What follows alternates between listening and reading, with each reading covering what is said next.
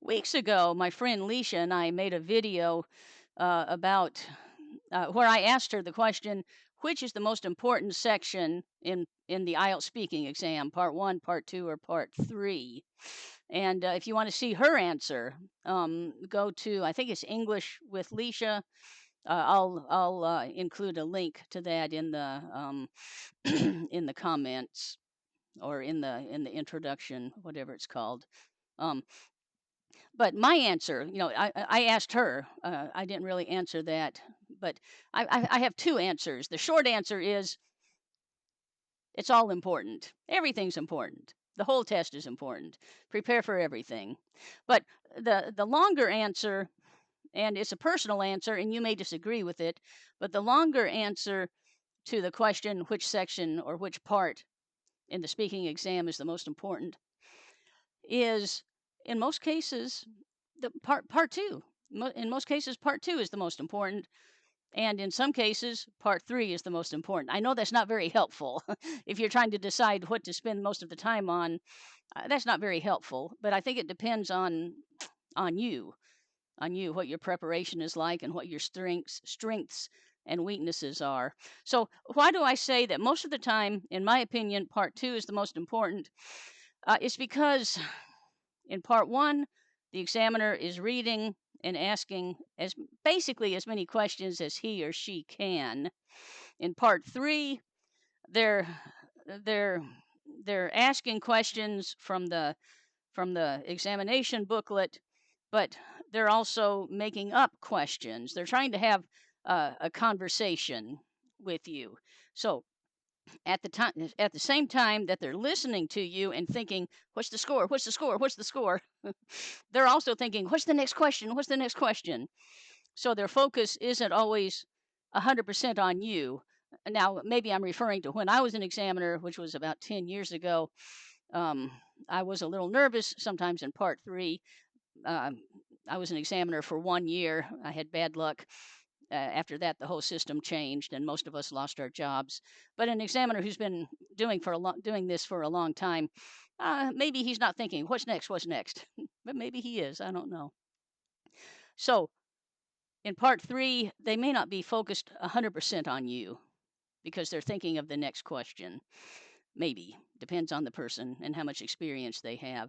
But in part two, all the examiner has to do is listen to you for 2 minutes, for 2 solid minutes. All they do is listen to you, and in their mind, they're thinking 6776, 6758. Where is it? And they're thinking of the four scores that they write down. So, fluency 7, no, maybe 8, no. Okay, grammar 7, no, no, no, no, that's a 6. So they're listening to you completely. So that's why I think part two is the most important in most cases. Now you could argue that some people memorize answers for part two, and so it's not as important if there's memorized answers instead of having good answers. As you may know, IELTS changed changed something about 2 or 3 months ago, so it's harder to memorize answers. Thank goodness. Yeah, memorized answers are the bane of our existence. The bane of our existence means it makes our life unhappy. Bane is Bane. Now, I think there are times when part three is the most important, but the reason is sometimes the examiner hasn't decided what score to give you. And they're waiting. Often the examiner. I'm speaking for myself, but I think I'm a I think I'm average. Okay. But I think generally by the end of part two, the examiner knows the four scores he or she is going to write down. But sometimes, and then part three confirms that.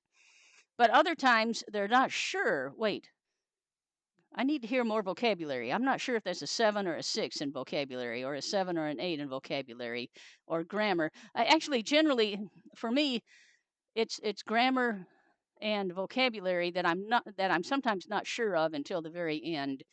Pronunciation and intonation, yeah, generally I know that pretty quickly. And fluency, yeah, I definitely know that pretty quickly too. Definitely by the end of part two. But often for grammar and or vocabulary, the examiner needs to hear some more.